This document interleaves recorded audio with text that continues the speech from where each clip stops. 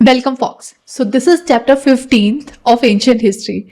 Up till now, we had understood about Mauryan Empire, like how it was organized and all. Right now, we will understand about the significance of Mauryan Empire in Indian history or Indian ancient history. So, let's get started directly with it. So, let's get started. So, guys, if we had already discussed about Mauryan Empire, right? So, let's discuss now its significance. So Kautilya advises king to promulgate dharma when social order based on varna and ashram perishes. क्योंकि it's important to understand that varna system के accordingly differentiation तो हो रहा था, but more important was dharma, कि अगर धर्म की स्थापना हो गई तो अपने आप social order maintain हो जाएगा. In no other period of ancient history so many officers were as in Mauryan times. जो हमने already पिछली वीडियो में देखा है, the administration part, governors and all कितनी सारी थे. उसके बाद 6 type of लाइक डिफरेंट वो थे डिपार्टमेंट्स, तो चलो थे ही थे. Different type of navy and all, navy maintain थी, आर्मी मेंटेन थी, डिफरेंट टाइप्स की आर्मी मेंटेन थी. बहुत सारे ऑफिशियल्स, बहुत सारी मशीनरी थी in the case of Mauryan empire, जो कि एंशिएंट हिस्ट्री के टाइम में और कहीं नहीं मिलती है. इंपॉर्टेंट फंक्शनरीज वर कॉल्ड तीर्थास, व पेड इन कैश, क्योंकि अब मेटल इकोनॉमी प्रॉपर चल रही थी. State provided irrigation facilities and regulated water supply. So that shows कि हाँ, अर्बनाइजेशन जो था वो पीक पे था. Employment of slaves in agriculture operation पे था. Maurya period constitutes landmark in system of taxation in ancient India. कि टैक्सेशन के मामले में देखो, अगर इतनी बड़ी आर्मी मेंटेन करनी है, अगर इतने सारे ऑफिशियल्स मेंटेन करने हैं, so that's where like taxation तो चाहिए. अदरवाइज इकोनॉमी में अगर मनी फ्लो नहीं होगा, then how will you pay them? To pay them you have to get income yourself first. So definitely वो पेमेंट का वहां पे था. So Maurya period constitute landmark in system of taxation.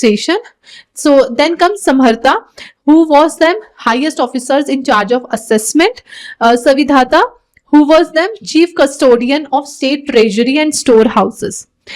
अब ये कुछ जो हमने नाम मैंने यहाँ पे लिखे हैं, जैसे समर्था एंड ऑल्सो मैंने इंटेंशनली लिखे हैं सो दैट कि कल को जब आप याद कर रहे हो, अब हमने यहाँ पे जो डिस्कशन करेंगे वो कल को हमारे लिए बेनिफिशियल होगा, आपको याद करना ईजी होगा. अब देखो, किसी भी इकोनॉमी के लिए सबसे इंपॉर्टेंट जो होता है वो रेवेन्यू होता है, तो इसलिए रेवेन्यू सबसे इंपॉर्टेंट होगा. रेवेन्यू के लिए अगर हम बात करें तो कौन यहाँ पे रिस्पॉन्सिबल हो रहा है? Chief custodian of state treasury कौन है?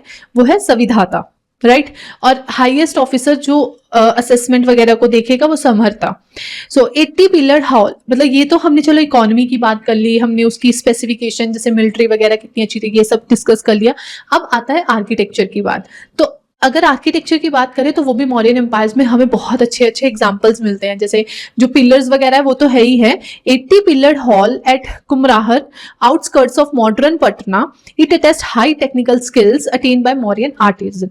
वो हमने पहले भी देखा, 7 स्टोरी बिल्डिंग्स वगैरह दिख रही हैं. सो दैट शोज की मतलब आर्किटेक्चर जो था वो बहुत अच्छी कंडीशंस में था. Mauryan artisan also started practice of hewing out caves from rock in monks for monks in to live in. कि जैसे बार जो caves हैं उसमें वो caves बनाए. मतलब अभी तक तो जो नेचुरल केव्स थी दैट वर देयर, बट अब मैन मेड केव्स भी स्टार्ट उस तरह से हो गई थी. So that was the brilliance that they were going through. So Mauryan empire open doors for trading and missionary activities. Missionary activities जैसे कि अशोका के टाइम में हमने देखा कि किस तरह से उन्होंने मिशनरीज भेजे थे.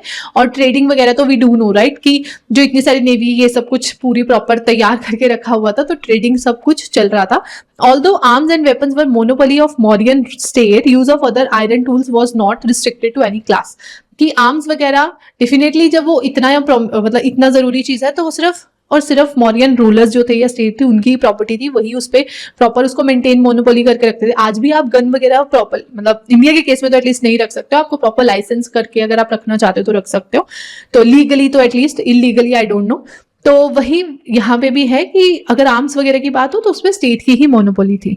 बट डेफिनेटली आर्म्स वगैरह वहां पे बंदूकें तो चल नहीं रही थी AK-47, तो वो आर्म्स वगैरह में भी मतलब यही चीजें थी. और इवन बहुत सारी आर्म्स की भी बात करें, एम्यूनिशंस की बात करें, तो वहां पे भी मौर्यन एम्पायर में हमें बहुत सारी अच्छी अच्छी एग्जांपल्स मिलती है जिसमें दिखता है कि उनका आर्म्स वगैरह में इन्फेंट्री जो थी वो भी बहुत अच्छी थी. सो Maurya construction made of burnt brick have been found in Bihar and UP.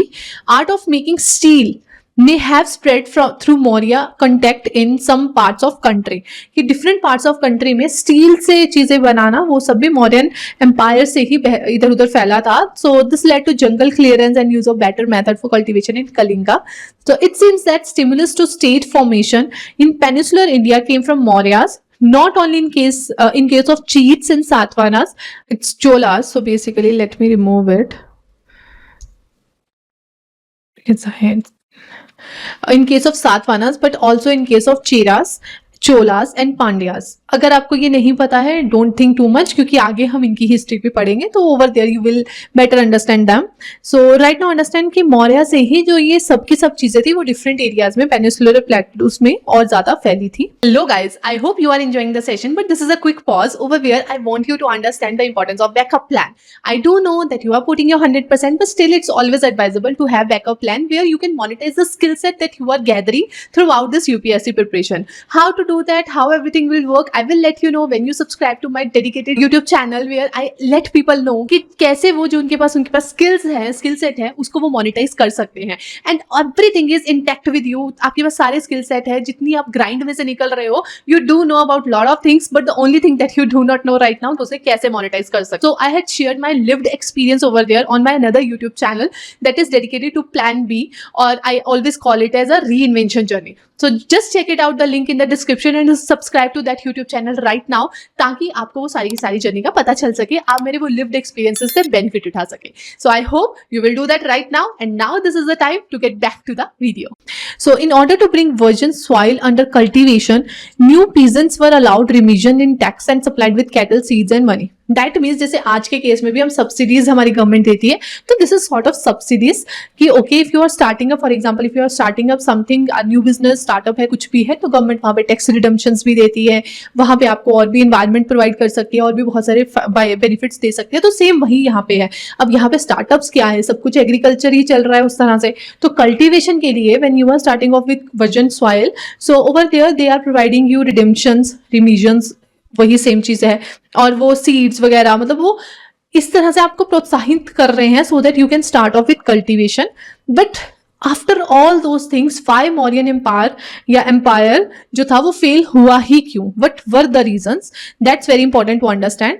So firstly it began to disintegrate after exit of Ashoka. Already Ashoka ने अपने टाइम में जो वो धामा का वो जो सारा कुछ चला था, धर्मा का सीन था, तो उसके दौरान जो एक पोजीशन थी वो धीरे धीरे मॉडर्न एम्पायर की कम ऑलरेडी हो रही थी, और उसके बाद कुछ अच्छे किंग्स आए भी नहीं है. सो फर्स्टली ब्राह्मणिकल रिएक्शन, क्योंकि अशोका की जो पॉलिसी थी दैट सेज और दैट प्रोहिबिट एनिमल सेक्रीफाइस, जो कि ब्राह्मण्स के लिए एक सोर्स ऑफ इनकम थे, तो उनके लिए वो प्रॉब्लम था. Some of new kingdoms that emerge were ruled by Brahmans, जो बाद में आए, जैसे सुंगस वगैरह.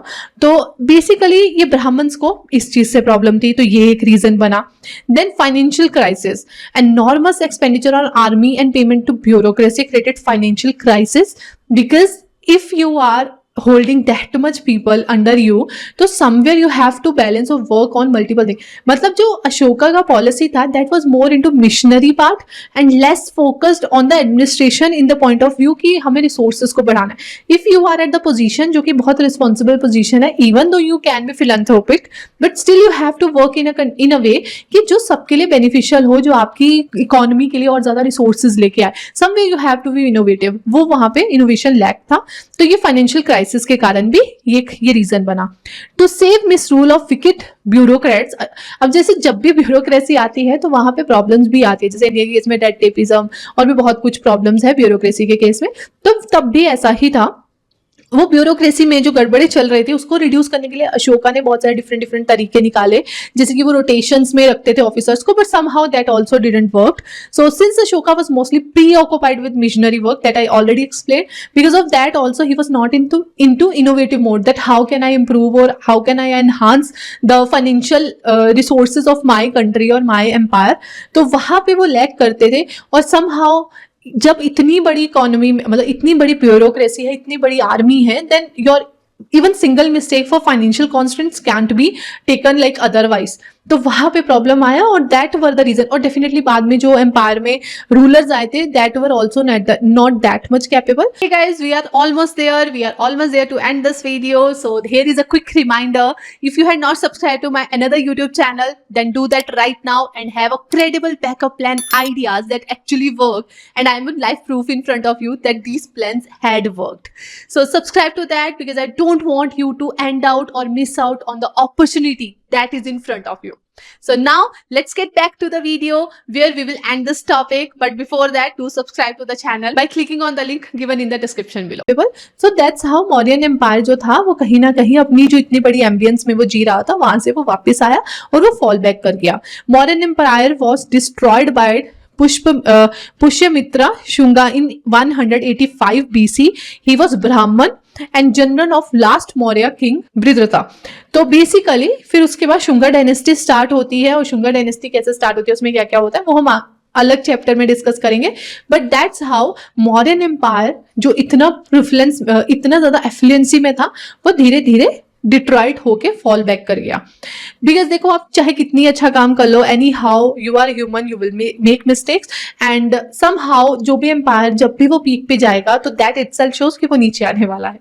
सो that's why it's always said like being a human being we have to be humble enough to understand and accept the things the way the actual personality, the real personality of person came out only when you have all the opportunities in front of you and you are very much into power and all. अगर आप उस समय humble हो that shows you are humble. आज तुम्हारे पास कुछ है ही नहीं और तुम हम्बल हो वो तो कोई बात नहीं, वो तो तुम्हें होना ही पड़ेगा, तुम्हारे पास कोई ऑप्शन ही नहीं है. But when you are in position you can take advantage of lot of things and all those things but still you are not taking miss advantage of things. तब पता चलता है कि that which type of personality you actually do have. So guys, this was it for this particular chapter 15th, and I hope now you are able to understand about Mauryan Empire very well because we had discussed a lot of things about it. From the next video, we will start off with new chapter, but right now don't forget to write the summary of this whole video in the comment box below. And guys, please don't forget the way you do one thing is the way you do all things. So be very much conscious and do all the stuff that I'm asking you to do. So thank you so much guys for being there. I will see you all in the next video. Till then, bye bye.